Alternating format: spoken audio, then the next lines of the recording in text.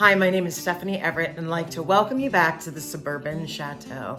Tonight we're going to be talking about a craft project that I've been working on for about a year. And I know I've mentioned it on and off in some of my videos, but I never really put together an entire video that talked about this craft that I've been doing. About a year ago, I ran into a little bit larger than this, but a lidded picnic basket. Now this happens to be an old Longerberger basket that I found along in my antiquing travels. And I found a picnic basket and I thought, boy, that would be the perfect surface to paint on. And you probably know that I've been doing my little flower painting along the way. And I thought I'm gonna get a couple of baskets and just give it a whirl and have a little bit of fun and see if I can make something that somebody could use as storage or a diaper bag or something like that. And I've had a lot of fun and I think a lot of success turning some of these baskets into fun, kind of repurposed art. So I'm gonna show you my process first, and then we're gonna go and I'm gonna take a step-by-step through one basket so you can see from start to finish what it kind of looks like to make one of these lidded baskets. So you may have noticed that over the past year, I've been really looking at lidded baskets. I ran across a couple maybe last spring, and I thought, what could I do with my artwork in these baskets? And they all had lids. Some of them were more antique, and some of them had not a completely flat surface. So that was kind of interesting. Some of them needed a little sanding, a little help to fill in the ridges because they were older. I did find some awesome newer baskets that were a little bit easier to paint. I found Longerberger baskets, and I just started to try a new creative activity. And for each of these baskets, I started out with a solid color background because I was going to do a floral artwork in the center. And so I wanted to give them all a nice coat of paint, just as like a starter or a blank canvas. Some of them I did dark colors, some of them I did lighter colors. I found the darker colors were a little bit easier because they covered up a lot of the problems on some of those older vintage baskets. But the biggest thing was starting out with a blank canvas. And then, of course, I added the one-step roses that you guys have seen me do many videos. These are, of course, inspired by Donna Dewberry. Added some leaves to these flowers in every single case. So I'm going to give each one of these baskets a couple coats of a sealer. And I'm using Folk Art satin varnish. I used it on the little ornaments that I've made. And it's just a nice sealer. It kind of keeps everything from getting destroyed. And I'll probably give it maybe 3 coats of varnish. It goes super fast. So I'm going to knock out all of the lids that I finished today, and that'll be the first coat. And I'll just, if I have 5 minutes tomorrow, I'll sit down and put the second coat, and then the next day. It doesn't take long to dry. It's water-based, but I like to use the Folk Art satin varnish.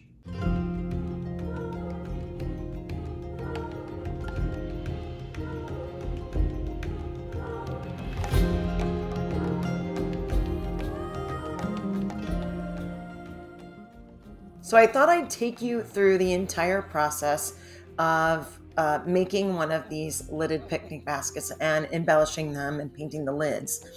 I love this particular one. It is a Longerberger extra large picnic basket. I believe it was a hostess gift years ago if you hosted a Longerberger party. I've been having good success finding these on Facebook Marketplace, especially in the summer. I was able to find very reasonably these gorgeous baskets. People just don't have places to store them anymore. And so it's something you can find, and if you want to make your own. I did 2 coats of the undercoat color. In this case, it was this gorgeous dark turquoise, matches my shirt. But I wanted to do something really special because I had found some picnic wear that I kind of wanted to match this picnic basket. So this one is for my oldest daughter, and I kind of wanted to surprise her with it. So I've gotten a great start on this final basket, and I think it's a really gorgeous color. And I got 2 coats of the base coat, and then I did put 1 coat of the varnish. It just makes painting the roses just a little bit easier, but I thought I'd show you my inspiration, my jump off point for this basket.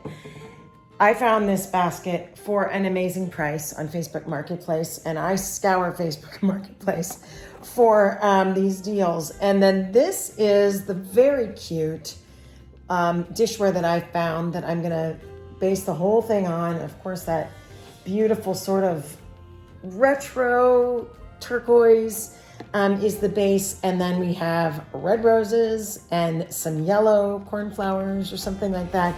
And that's going to be the basis of the design on the top. So here goes nothing. Let's mix some white and some crimson red. As I always start out when I'm painting my roses, I always start out with some floating medium. Again, this is one stroke painting. The inventor of this is Donna Dewberry. And I just really have fun playing with what I've learned from Miss Dewberry's videos. So we're going to add some crimson red and some titanium white. So the crimson red will be the inside of the flower and the white will be the accent. Every time I mix my paints in the one stroke method, I wet my brush first. I'm gonna start with a little bit of that floating medium. Gonna grab a little bit of the crimson on the bottom and the white on the top. Grab a little bit more crimson.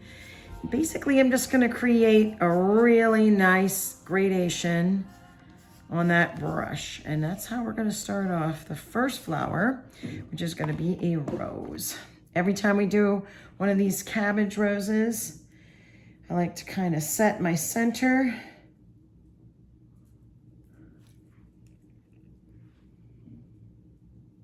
Of the basket. Hopefully it's a little bit to the left. I can always make it go this way. Oh, we can make it work. And I'm just gonna give it a little bit of that rose petal. Man, I love the way that paint came together. And I'm going to go, as Donna Dewberry teaches, we're gonna go with 5 leaves on the outside. One more here. The lovely thing about this style of painting is if you make a mistake, you can go back, and because it's still wet, because it still has that floating medium, I want a little bit more white on the outside of those last couple petals here.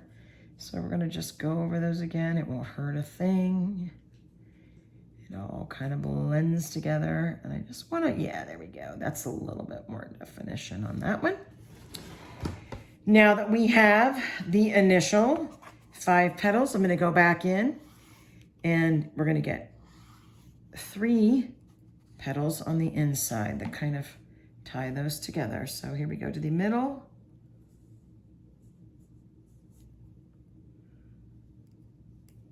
And I can already tell this flower is going to be sort of pointing towards the left, which is fine. I'm gonna load up the brush again, especially with that crimson in there. Sometimes that white wants to conquer. And you can see me mixing it, almost like a racing, almost like a runway. And we're gonna have that middle bud go up and around. This paint is amazing. I love it. I'm gonna do this one again. Maybe add a second. There we go. There's our first flower. I'm pretty happy with that. So I'm going to add, I think, 2 more of this color on each side. And then once you get going, it's like you cannot stop. Now these are going to be just a little bit smaller of rose.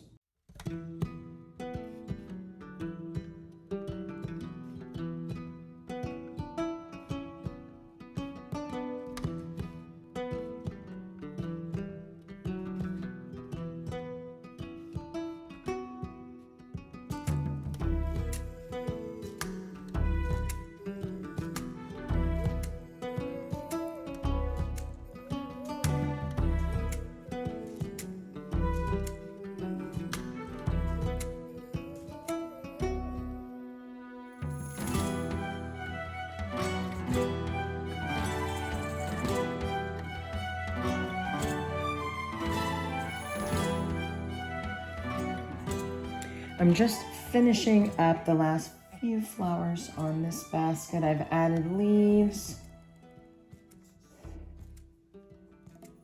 I don't know exactly what I'm making here. I sort of feel like it looks like a bit of a salvia. Sort of with that cobalt or purple look to it. I just think it adds just a little bit of saturated color. Put a little bit more paint on my brush.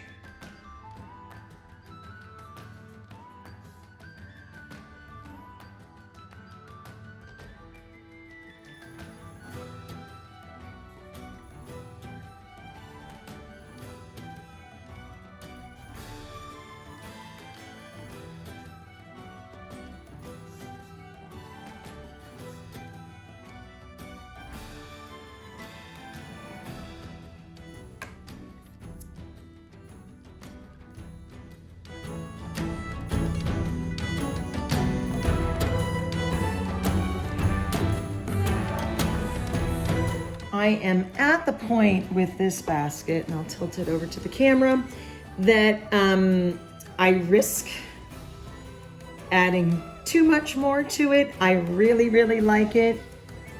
I'm a little concerned about this space right here, but maybe I should add a leaf. I'm not exactly sure. It's at sort of that critical point where I don't want to mess it up. But maybe a leaf there would be okay from the back flower possibly coming down. I think I'm gonna add that. And then as soon as the little salvia dry that I just did, I'm gonna coat this one. I am gifting this tomorrow, so I need it to have a little time to kind of settle in.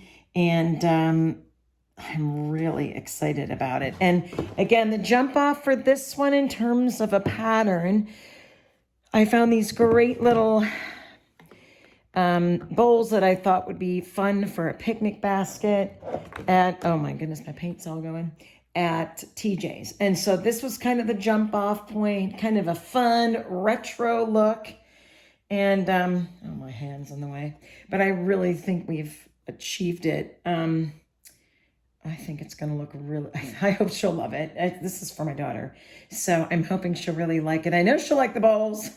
My artwork, we'll see. But I'm kind of excited. And I think I will add another leaf if I'm not going to mess it up. Here's how it looks. I did add a little green leaf in between those two flowers. I think that looks good. And then I'm going to let this set and dry, and then I'm going to come back in and give it 2 coats of a sealer so that it's ready to rock and roll. And we'll let that sit overnight, and it should be ready to give it out in the morning. I'm pretty excited about it. I think it turned out really nice. So before we finish up, I just thought I'd take a moment and share a few pictures of some of the finalized baskets. I think I've made somewhere around 20 so far. Some of them are in my antique booth. Some of them were made as gifts. And each one of them is unique. And that's the neat thing about being creative and making something special for friends, for gifts. And then a couple of them I've also put into the antique booth. But I'm pretty pleased with them. Thanks so much for watching the Suburban Chateau and kind of learning about my new craft. And it's just a lot of fun. I love to think of different colors and think of how things are going to match with the items that I actually put in the basket. It's a lot of fun and a lot of creativity. And I hope you got some ideas of something you might be able to do too as a fun craft, or maybe a way to repurpose something that you might have as well. Thanks so much. Thanks so much for joining me here today at the Suburban Chateau. Hope you got some great ideas about how maybe you could enhance a picnic basket. Our next video is going to feature our Wall of Fame. This is in my workroom. Hope to see you there.